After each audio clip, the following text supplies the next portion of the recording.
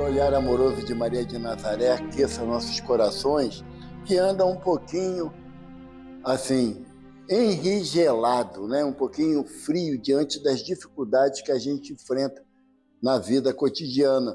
E o olhar de Maria tem a capacidade de reaquecer a nossa alma para que a gente caminhe para frente, que é o objetivo de todos nós, é caminharmos em direção a Jesus de Nazaré, o nosso guia e modelo.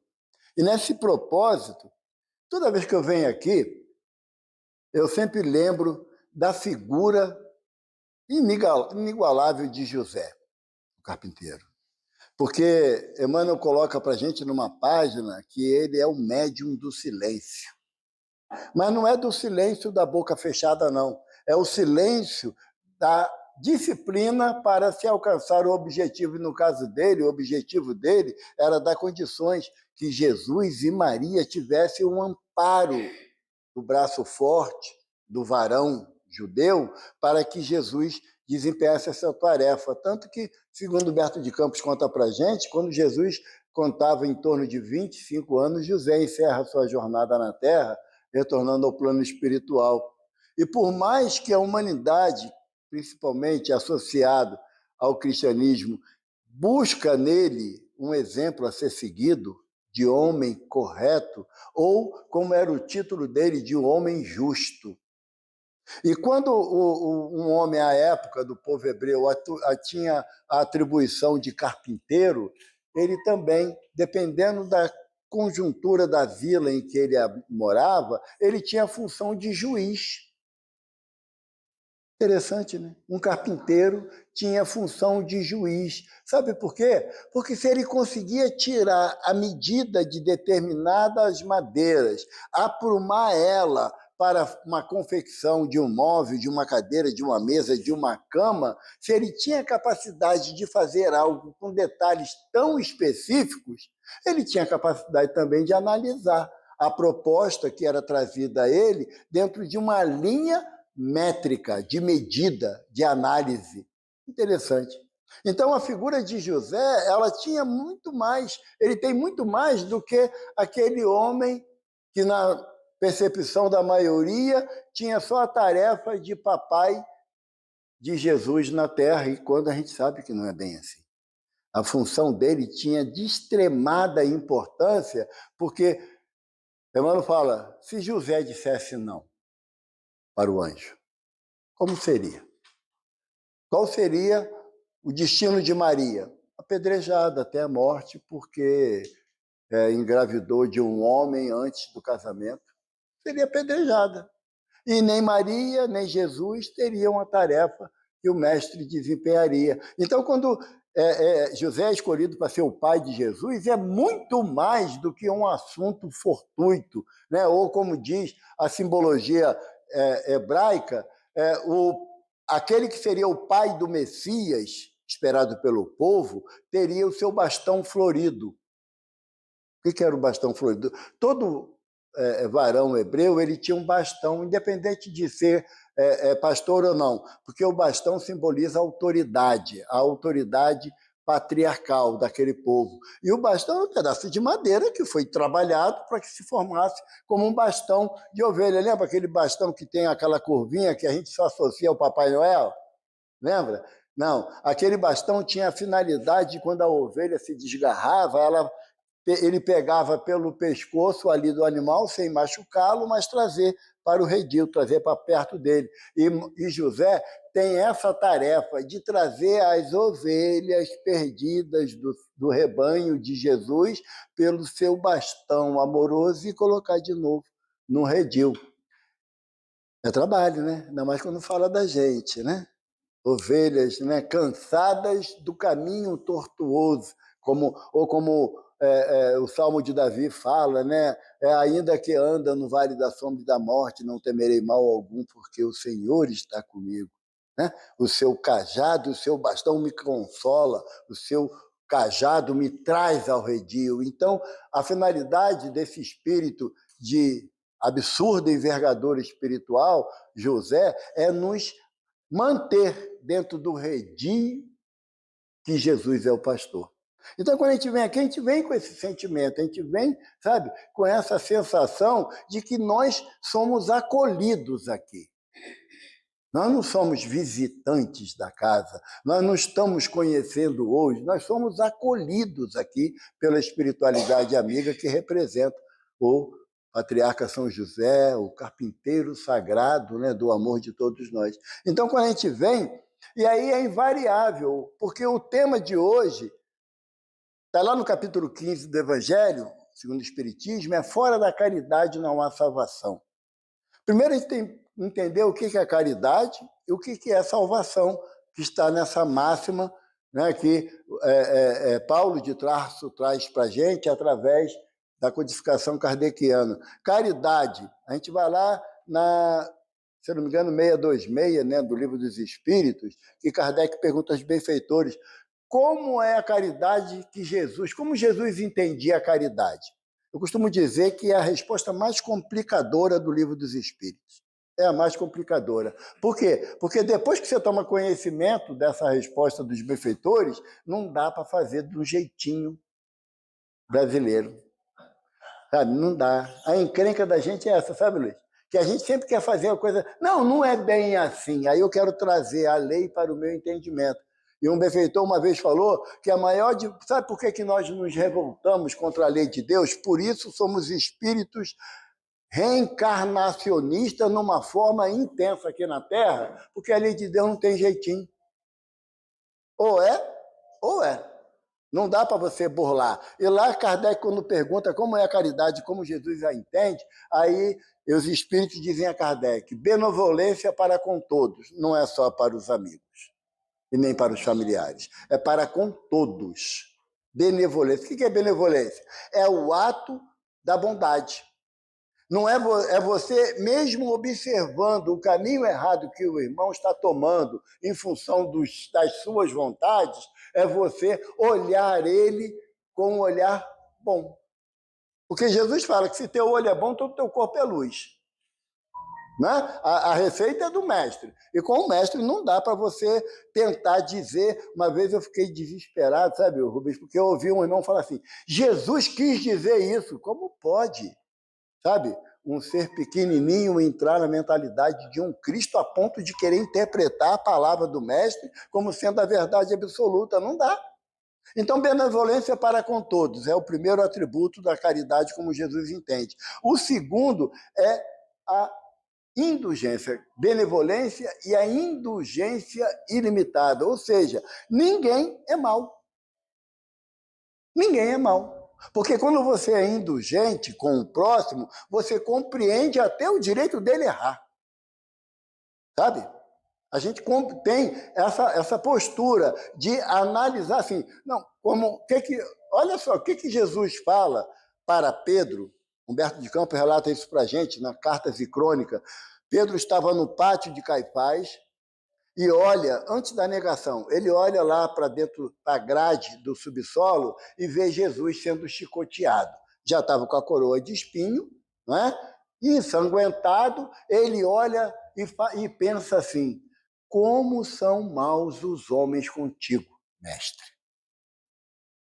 Jesus olha para Pedro, recebe o pensamento dele e devolve. Pedro, o homem não é mau, é ignorante.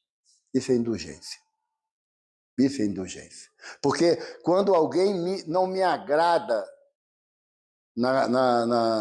naquilo que eu estou falando, ou naquilo que eu estou fazendo, eu classifico de inimigo, de opositor, que não sabe de nada, não faz nada, só eu que faço, ainda quer criticar. A indulgência é o oposto disso, é compreender a dificuldade do outro, de entender a tua atitude. Então, é uma proposta de profunda... Uma frase, sabe, que falam muito no movimento espírita, e quando falo eu fico tremendo. É tal da empatia. Ser indulgente é ser empático, é você ter empatia com o outro, compreender a dificuldade do outro. E normalmente nós colocamos empatia como uma forma de não se envolver na dificuldade de alguém. Ah, acabou meu gás. Ah, é triste mesmo, né? Todo mundo já passou por isso. Eu sei como você se sente, ó, dá no pé, porque sabe que quando fala que acabou o gás, vai pedir uma colaboração. Não é?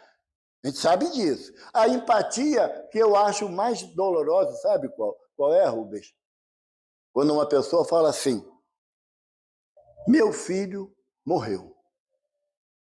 Aí o outro, que não quer se envolver na dificuldade, fala assim, eu sei a dor que você está sentindo. Não, a mãe dele era aquele que estava falando com você. Você não é mãe daquela criança ou adulto que desencarnou. Você não é mãe.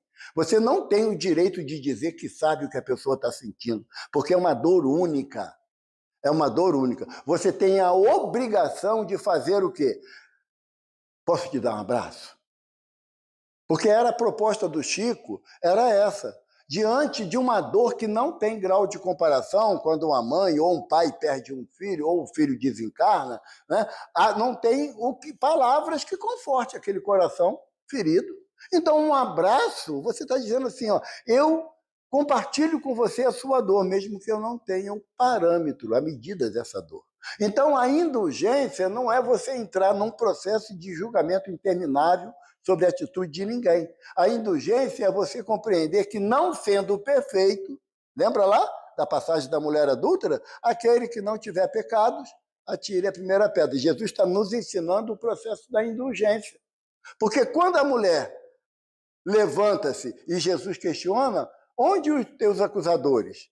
Aí o mestre, ela responde, foram-se, Senhor. Aí Jesus, com a indulgência pujante da sua alma, o que ele fala? Vá, porque eu também não te condeno e não peque mais. Por quê? Porque o perdão dele podia acabar, a proposta de perdão de Jesus? Não, porque Jesus não estaria o tempo todo ao lado dela para nova queda, nova proposta de punição, ele não poderia intervir. Então, a proposta de não pecar mais é para que não lhe aconteçam os rigores da lei, que nem nós falamos antes. Então, quando você se propõe a ser indulgente, como Jesus nos representa, você está pertinho do último passo da caridade, como Jesus a entendia. O perdão incondicional. Eles não botam essa palavra. Perdão incondicional, que é para encrencar mesmo a gente, né? Porque a gente fala assim, olha só, eu perdoo, mas não passa mais na minha frente, não. Tá? Eu perdoo, mas não quero olhar para a tua cara nem pintar de ouro. Isso não é perdão. A gente sabe que não, porque tem um termo que, embora sendo muito pesado, vocês me perdoem, mas é muito característico, é a tal da hipocrisia. Aqui dentro, se agora eu estiver aqui falando e eu começo a falar mal do Rubens na cara dele, ele fala assim, o Evaldo é um irmão ainda tão necessitado de compreensão. Gente, vamos perdoar o Evaldo. Eu falo, deixo de dar bom dia para ele lá no portão. Tá vendo? Mas ficou besta? Olha lá, agora nem bom dia mais me dá. Aqui dentro é o lugar mais fácil de nós sermos cristãos, aqui dentro da casa. Mas só que eu não vivo aqui dentro. Mesmo que deixasse, né, desse uma chavezinha com uma colchonete ali atrás, não ia dar para eu morar aqui dentro da casa. Então, qual é a proposta do Evangelho? A minha vida de relação. Aonde é a minha vida de relação? A vida profissional, a vida social ou a vida de estudante, também tem o ângulo a ser visto, e o lado religioso, aonde eu exerço o meu processo filosófico de entendimento acerca da moral do Cristo. Então, quando Jesus nos coloca aqui a benevolência, a indulgência e o perdão, é o famoso BIP, que vocês vão ouvir em algumas outras palestras, ele está nos classificando na condição de quê? De prática da caridade. Mas não a prática da caridade, que muitas das vezes é a mais fácil, que é a financeira.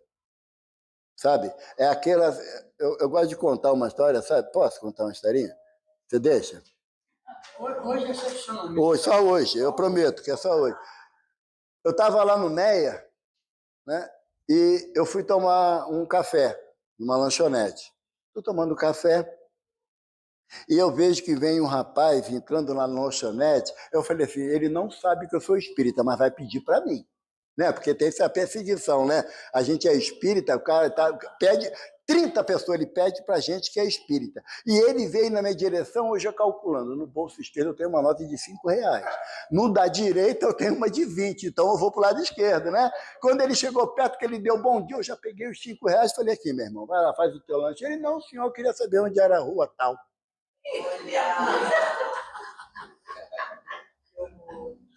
Eu não consegui acabar de tomar o café. Eu falei, eu vou levar você lá. Né? Eu vou levar você lá. Ele, não precisa, só o senhor dizer que eu tenho que ir no cartório. Eu falei, mas eu sei onde é o cartório. Olha que maravilha. Por quê? Porque a gente associa sempre a prática da caridade, em primeiro ângulo, a parte financeira.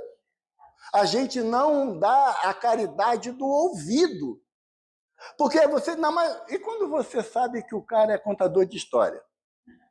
Né? Que tem aqueles que são contadores de história, né? Ou então aquela pessoa que fala diariamente, constantemente sobre o mesmo problema. Não, aqui não tem. Lá no CSX tem muito disso, sabe? Lá na minha casa, sabe? Você vai, eu já sei a história, mas a gente tem que ouvir de novo. Porque é a caridade de algo que eu ainda não exerço, que é a caridade da paciência. Que a caridade, a paciência é a ciência da paz. A partir do momento que eu começo a trabalhar esse sentimento no meu íntimo, nada que aconteça ao redor tira a minha paz. Nada vai justificar eu falar, olha, a paciência tem limite, porque não tem, é virtude. Virtude não tem limite. A virtude tem um passo inicial quando você se propõe a desenvolver aquela virtude, mas ela é ilimitada. Por quê? Porque não sou eu que falo, é Jesus. Amai-vos uns aos outros, aí ele dá um parâmetro que é complicado, como eu vos amo. Porque senão, o meu amai-vos uns aos outros, eu tenho 5 filhos. E com as graças de Deus vem mais um neto aí, 5 netos. Quem vocês acham que eu vou amar primeiro? O filho de vocês, o neto de vocês ou os meus? Por quê? Porque o meu amor ainda é egoísta. Não é o amor que a proposta de Jesus nos fala. Porque quando você pega lá a primeira epístola de Paulo aos Coríntios, no capítulo 13, a excelência do amor, poderia falar a língua dos anjos, dos homens, mas se não tivesse amor, nada seria como um símbolo que retine. Né? Essa primeira frase, se falasse a língua dos homens e dos anjos, não é do Renato Russo, não, é de Paulo de Tarso. Porque eu falo isso, as pessoas já começam a cantar a música do Renato Russo na mente, né? Aí eu tenho que tirar assim, o mérito do Renato Russo, porque não é dele mesmo, é de Paulo de Tarso. Tá? Então, quando Paulo nos propõe isso, é por quê? Porque a gente busca a questão da excelência da caridade, aonde? Lá fora? Não, aqui dentro. Porque Paulo fala assim para a gente lá no capítulo, no item 10, a máxima fora da caridade não há salvação, estão encerrados os destinos dos homens. Porque a caridade a gente já definiu, né? É benevolência, indulgência e perdão. Agora, e salvação? E agora? O que é salvação? Eu falo uma coisa, sabe, Rubens, e as pessoas me olham meio torto, mas eu tenho que falar. A doutrina espírita não é salvacionista. Quem acha que vem aqui, vai tomar um passe, beber água energizada e está resolvido o problema, está perdido. Se não praticar a mudança íntima do entendimento, vai continuar na mesma situação que nos encontramos. Tá? Agora, a doutrina ela é progressista, não é salvacionista. Por que é progressista? A partir do momento que eu mudo a minha conduta, eu não posso mudar a conduta dos outros, porque eu não tenho domínio sobre isso. A partir do momento que eu mudo a minha conduta, eu começo a perceber a necessidade de progredir, de caminhar para frente. Quando eu tenho a ideia de doutrina salvacionista, que nem alguns irmãos de outras vertentes cristãs têm, eu fico sentado na cadeirinha, assistindo a palestra pública, na hora do passe fecho o olhinho, às vezes lembro de fazer prece, outras vezes eu lembro que eu esqueci a janela aberta, se chover. Não vai chover não, eu vi que não vai... Na hora do passe, tá? Ou então fala assim, gente, amanhã tem que acordar cedo que tem que trabalhar, né?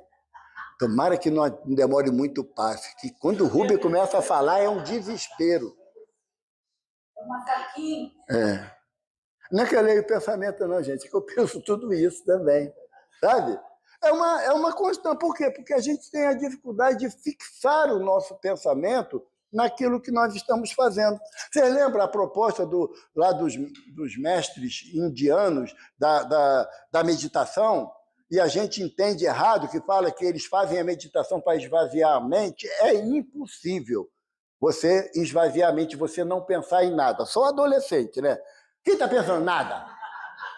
Adolescente consegue, mas a gente já adulto não consegue, não há possibilidade. Por quê? Porque tem um estudo de um psicólogo americano que ele diz que a gente emite cerca de 80 mil pensamentos por dia. 80 mil por dia. Agora, o que você pensa é uma decisão só sua. Sabe? É só sua. Porque o mesmo Paulo de Tarso fala lá na segunda carta aos Coríntios que nós somos acompanhados por uma nuvem de testemunha. E o que nos acessa essa nuvem? Através do nosso pensamento. Paulo não diz que essa nuvem de testemunha ela é uma nuvem branquinha, cheia de pontinhos luminosos, pensamento no bem. Ele não diz, mas pode ser aquela nuvenzinha da família Adams, lembra? Aquela escura, cheia de raios e trovão. Por quê? Porque quando eu não penso no bem. E olha só o que Paulo fala para complicar a vida da gente. Ele fala assim, ó, para fazer-se o bem, mister sempre se torna a ação da vontade. Para não praticar o mal, basta as mais das vezes a inércia e a despreocupação. Então, se eu não estou produzindo nada de útil para mim e para o próximo, eu estou fazendo mal. Porque para fazer o bem, eu tenho uma ação da vontade. Um dia um benfeitor falou para a gente assim, o Rubem lá na casa, você ser amado dá um trabalho danado. É um exercício bem estafante mesmo, você ser amado. Porque para você ser amado, você não pode exigir o amor de ninguém. Você tem que cativar o amor do outro. Então é trabalhoso. Ele falou, mas para ser odiado basta um estalar de dedos. Muitas das vezes um não. Um não. Dentro da casa espírita, o não é tão complicado. Sabe? Lá no CSX, a gente luta muito, não é aqui, graças a Deus, não, com a questão do melindre. Sabe? Pois é, mas lá no CSX, não vai lá não, Luiz. Lá tem a porção de melindroso lá. Olha só, por que você não fechou a porta? Só eu que tenho que fechar a porta? Tem 40 pessoas aqui, só eu que fechar a porta? Né? A gente tem um hábito do questionamento, de reclamar. Reclamar é clamar novamente. A gente só clama aquilo que é ruim. Né? A gente só reclama do que é ruim. Alguém reclama que ganha na loteria de novo. Que coisa chata, gente. Coisa chata, como é que pode? A gente não faz isso. A gente clama pelo que não é bom naquele momento para a gente. E reclamar é clamar novamente. Então, quando nós não entendemos a nossa função dentro de uma sociedade, que a doutrina dos espíritos ela é composta por 3 elementos: ciência, filosofia e não. Eu sempre gosto de falar isso, que o pessoal sempre fala religião. Não é. Se você pegar lá o início do Evangelho, no objetivo da obra do Evangelho segundo o Espiritismo, Kardec vem falar que nós podemos abordar o Evangelho de Jesus sobre 5 aspectos. 5 aspectos. O aspecto histórico, que é muito conflitante, o aspecto social do povo hebreu daquela época, o aspecto religioso daquela sociedade hebraica, porque eram os fariseus e saduceus, eram a doutrina dominante, o aspecto de um povo dominado pelo romano e o aspecto moral. E diz Kardec assim, vamos nos ater ao aspecto moral porque não há contestação. Quem pode dizer, em qualquer âmbito de conhecimento filosófico religioso, que o amar a Deus sobre todas as coisas e o próximo como a ti mesmo é errado? Não dá para falar. Não é? Amai os vossos inimigos. É uma proposta de Jesus totalmente inovadora, porque ele fala isso no Evangelho, aprendei o que foi dito, amarás o teu próximo e aborrecerás o teu inimigo. Eu, porém, vos digo, amai até os vossos inimigos. Então, a proposta de Jesus era inovadora no aspecto moral. Então, a doutrina dos espíritos era composta de ciência, filosofia e aspecto moral, usando como base a doutrina do Cristo. Jesus pregou religião? Agora só, rapaziada, eu sou JC, né? Jesus Cristo, e vocês agora são cristãos, foi assim? Você sabe como surgiu a denominação cristão para os seguidores de Jesus?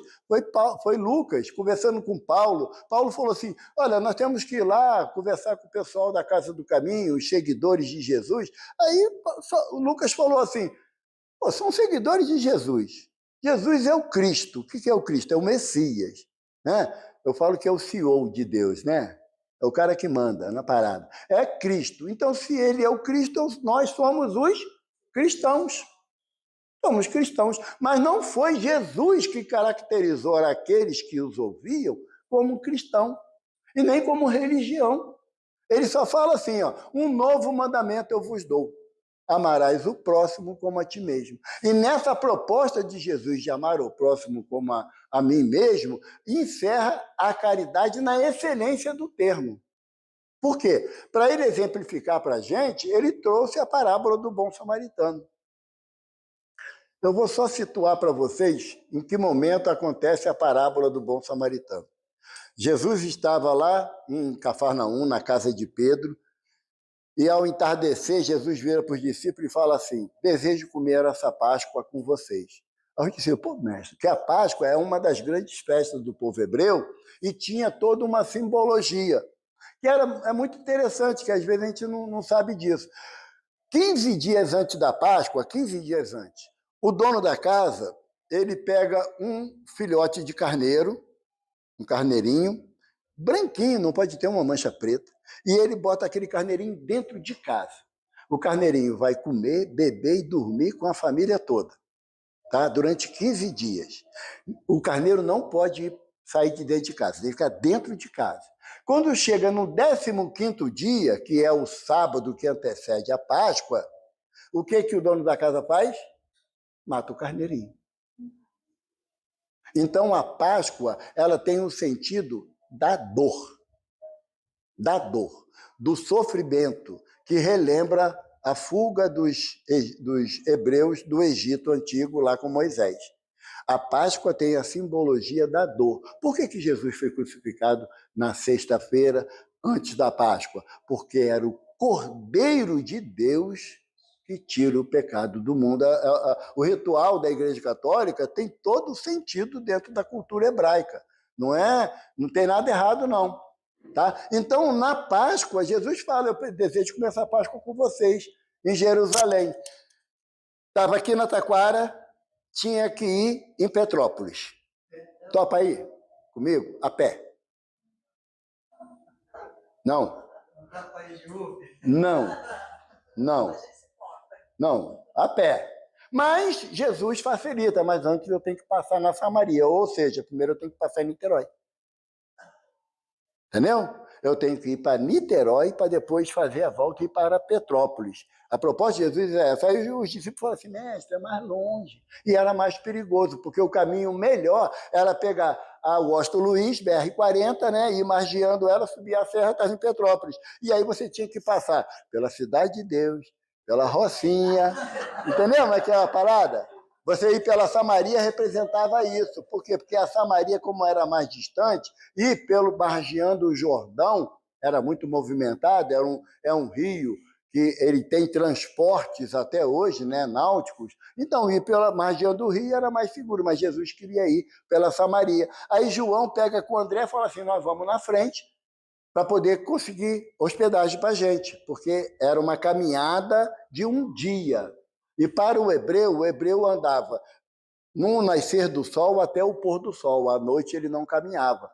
À noite não fazia parte de nenhuma convenção para o povo hebreu. Então eles iam levar um dia, paravam no deserto da Judéia, no outro dia de manhã caminhariam até a Samaria. Tá bom? Quando eles chegam lá na Samaria, o que João fala? Mestre, ninguém quis dar abrigo para a gente, pois somos judeus. Havia uma rixa já aos 15 séculos do judeu com o samaritano. Aí João fala assim, porque tinha uma lenda que dizia o seguinte, o meu sogro, ele mora na ilha, eu vou andando para lá, passo na porta dele e ele é obrigado a me dar hospedagem. Na cultura árabe até hoje, não tem outro jeito, eu tenho a chave, né? Eu tenho a chave do portão, não tem para onde fugir. Aí, só que se ele não quisesse me dar a hospedagem, né, se eu estiver sozinho, era mais difícil, mais fácil ele não me dar a hospedagem. Mas quando eu estou com a filha dele, ele quebra o galho e eu entro. Né? Eu poderia pedir a Deus que caísse fogo do céu sobre a casa dele. A lenda hebraica era essa, a tradição hebraica. Aí João falou assim, Senhor, quer que nós peçamos fogo do céu para cair sobre todos os samaritanos? Eu não gostava deles mesmo, resolvi o problema. Aí Jesus fala uma frase que até hoje a gente não entende. Jesus fala assim, o Filho do Homem veio para salvar e não para matar. E quando alguém faz alguma coisa que a gente não gosta, ou então a sociedade diz que é um absurdo, o espírita de rótulo diz que a pena de morte é uma necessidade para a Terra. O espírita de rótulo, porque o espírita, no entendimento da frase de Kardec, que o verdadeiro espírita é aquele que promove a sua transformação moral, e pelo esforço que emprega em domar as suas más inclinações, ele jamais desejaria que uma unha do seu inimigo caísse. O espírita no contexto que Kardec nos propõe. E muitas das vezes nós ainda lutamos ainda com as feras que nós precisamos domar, porque temos muitas feras dentro de nós indomadas, a ponto de, na maioria das vezes, a gente ouve falar assim, olha, mexe comigo e até dou um jeito de entender. Agora, se mexer com um filho meu, eu viro um bicho. Então, o que eu estou dizendo? Eu ainda tenho mais do bicho do que do humano dentro de mim. Então, por isso que eu preciso domar as minhas más inclinações, porque são animais ferozes. Então, quando Jesus pernoita na rua, né, na estrada, tem o lance da mulher samaritana, que não vamos entrar no mérito do poço de Jacó. Ele, no outro dia, ele empreende a sua jornada em direção a Jerusalém. Ele chega em Jerusalém no quarto dia da viagem. Quarto dia da viagem. Lembra quando Lázaro morreu? Ele chegou lá em Betânia 4 dias depois, era a distância que ele teve que andar. Então ele chega em Jerusalém 4 dias depois. Quando ele chega em Jerusalém, tem aquela festa, né? Hosanas ao filho de Davi, Hosanas ao filho de Davi, né? Que aí o Humberto de Campos diz que Jesus manda pegar o burrinho, ele senta no burrinho e entra na cidade. E o burrinho deu uma sorrisão, que a festa, né? Estava fazendo uma festa, né? Aí o anjo fala assim, burrinho, a festa é para Jesus, não é para tu, não. A gente ainda fica rindo, achando que a espiritualidade está aqui porque eu estou. Sabe? Eu sou o mais importante aqui. Não, o importante é aquele que ama, aquele que perdoa, aquele que é indulgente. Esse é importante. Eu estou num processo longo de aprendizagem. Né? Então, Jesus entra em Jerusalém, quando ele desce do burrinho, aquela fama toda, por isso que tem o ditado até hoje, né, que a mesma mão que aplaude é aquela que joga pedra, porque foi isso que nós fizemos naquela época, batemos palma para Jesus, depois crucificai, crucificai. Mas quando Jesus desce do burrinho e vai para a casa de Nicodemos, que era um simpatizante da proposta do Cristo, um sacerdote para ele e fala, mestre, o que devo fazer para conquistar a vida eterna?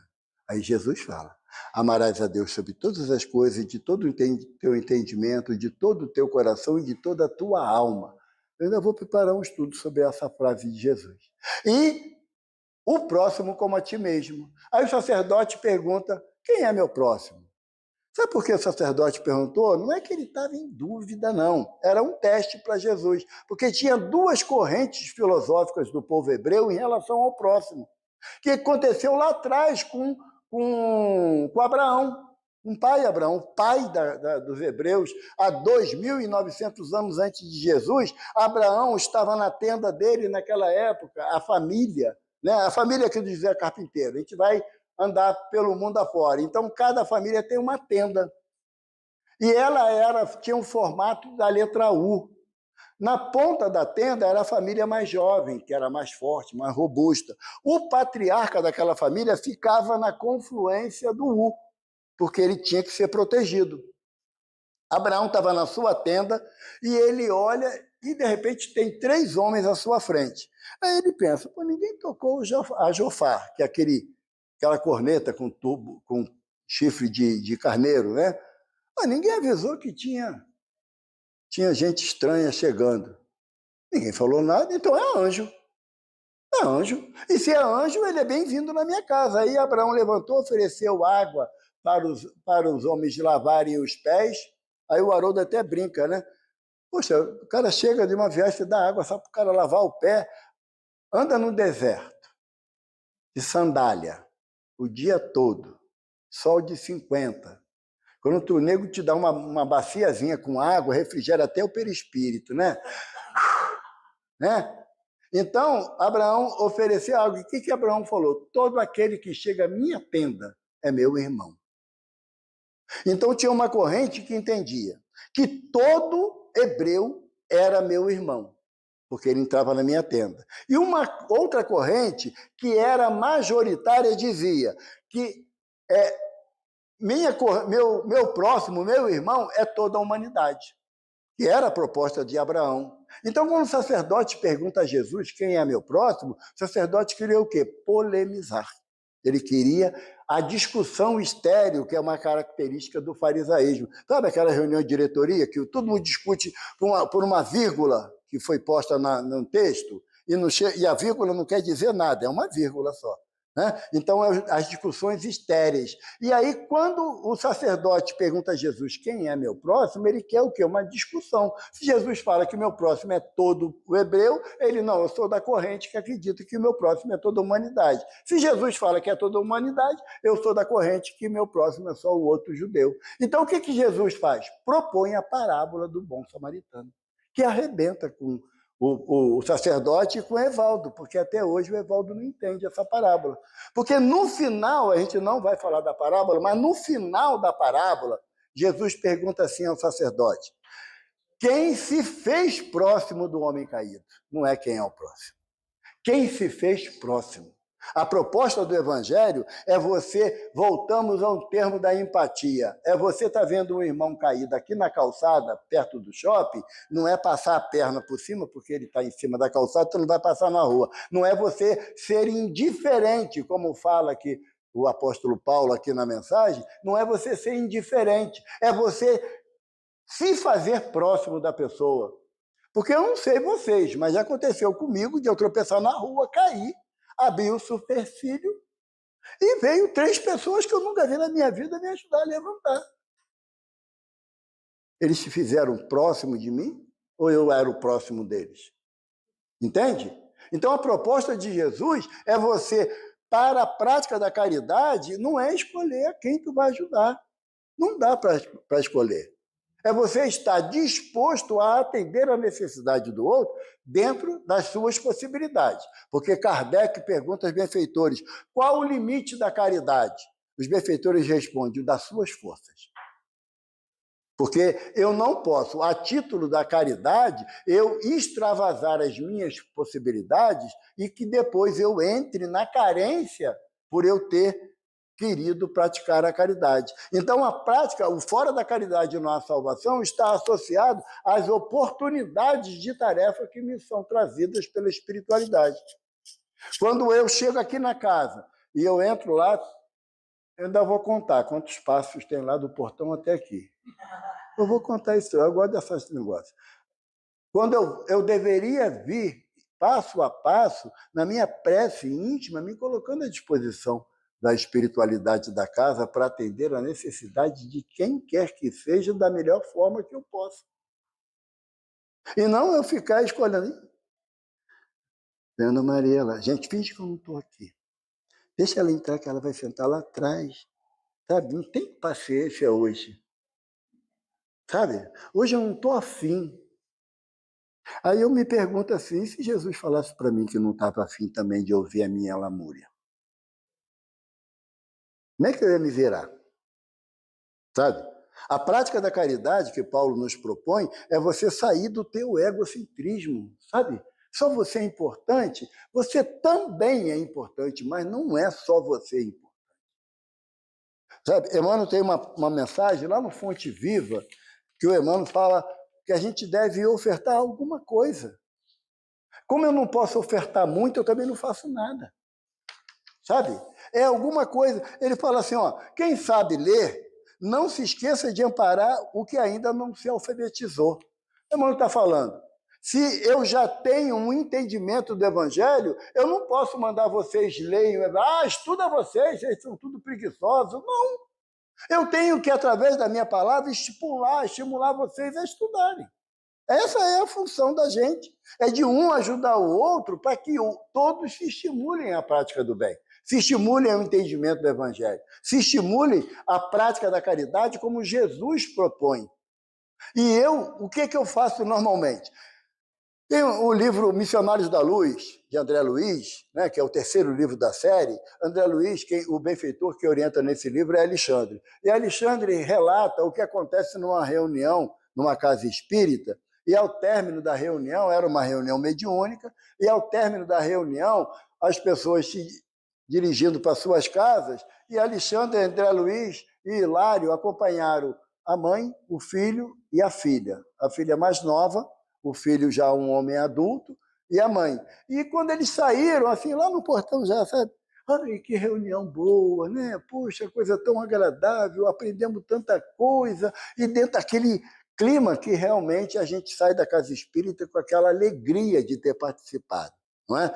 Aí, mas eles mal chegaram a 100 metros da casa espírita, aí o filho vira para a mãe e fala assim, mãe, enquanto a gente estava lá dentro, o ambiente de paz era acolhedor, mas tão logo saímos, os problemas se avolumam na nossa mente.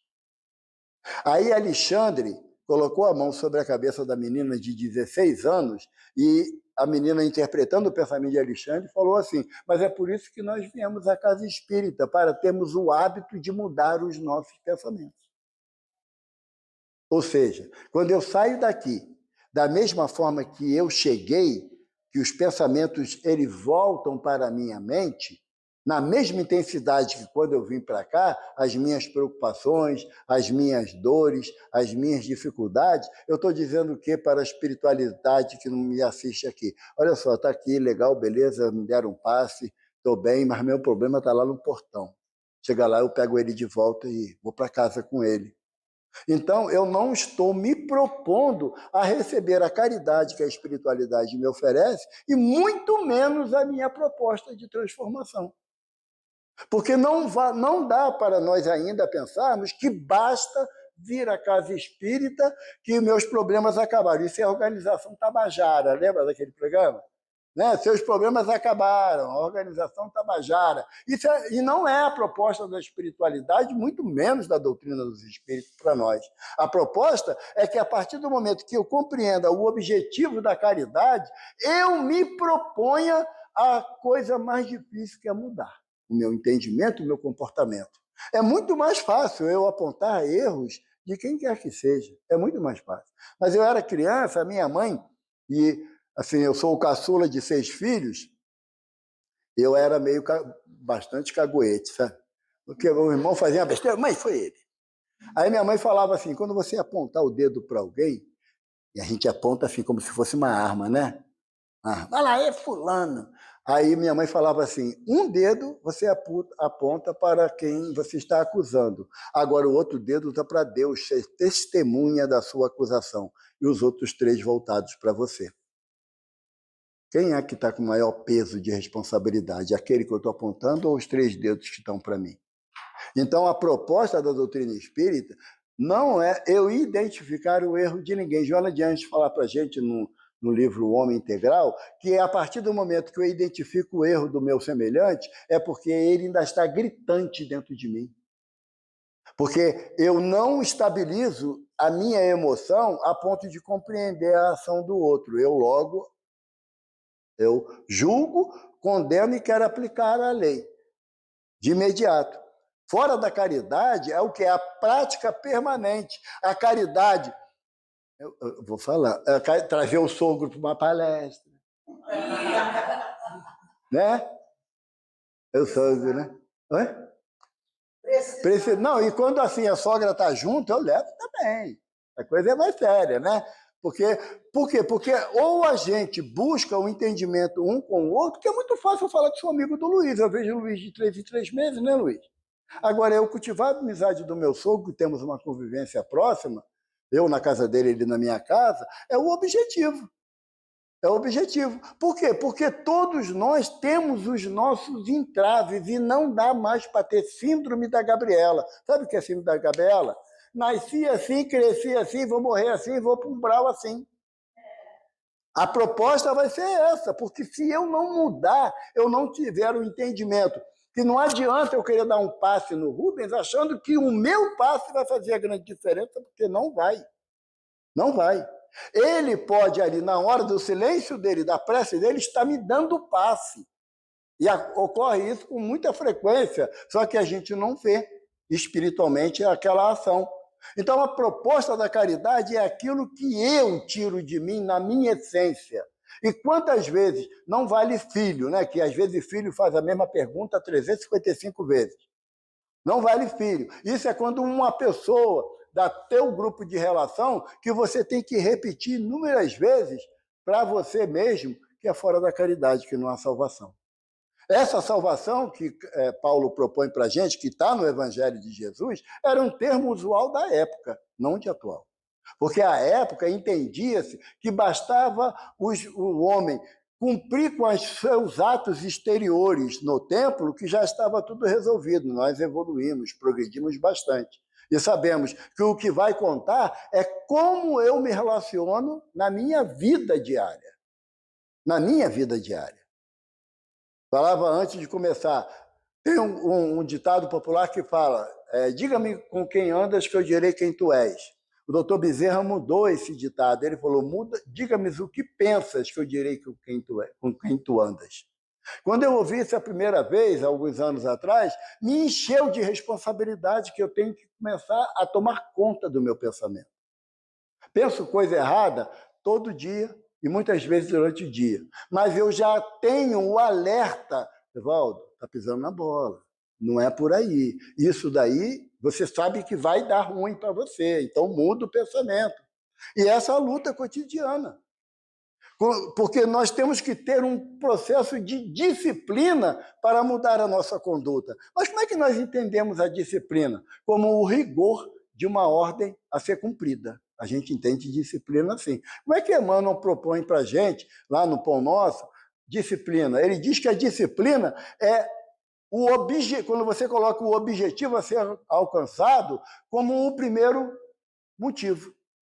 O meu objetivo hoje, meu objetivo era vir aqui para a gente conversar. Eu tenho que ter a disciplina de me preparar, de estudar, para quando chegar aqui, não falar abobrinha. Teorema de Chutágoras. Né? Eu acho que é isso, eu acho. A doutrina não trabalha com o processo do achismo. A doutrina trabalha com o processo de aprendizagem. E essa aprendizagem, ela requer uma disciplina.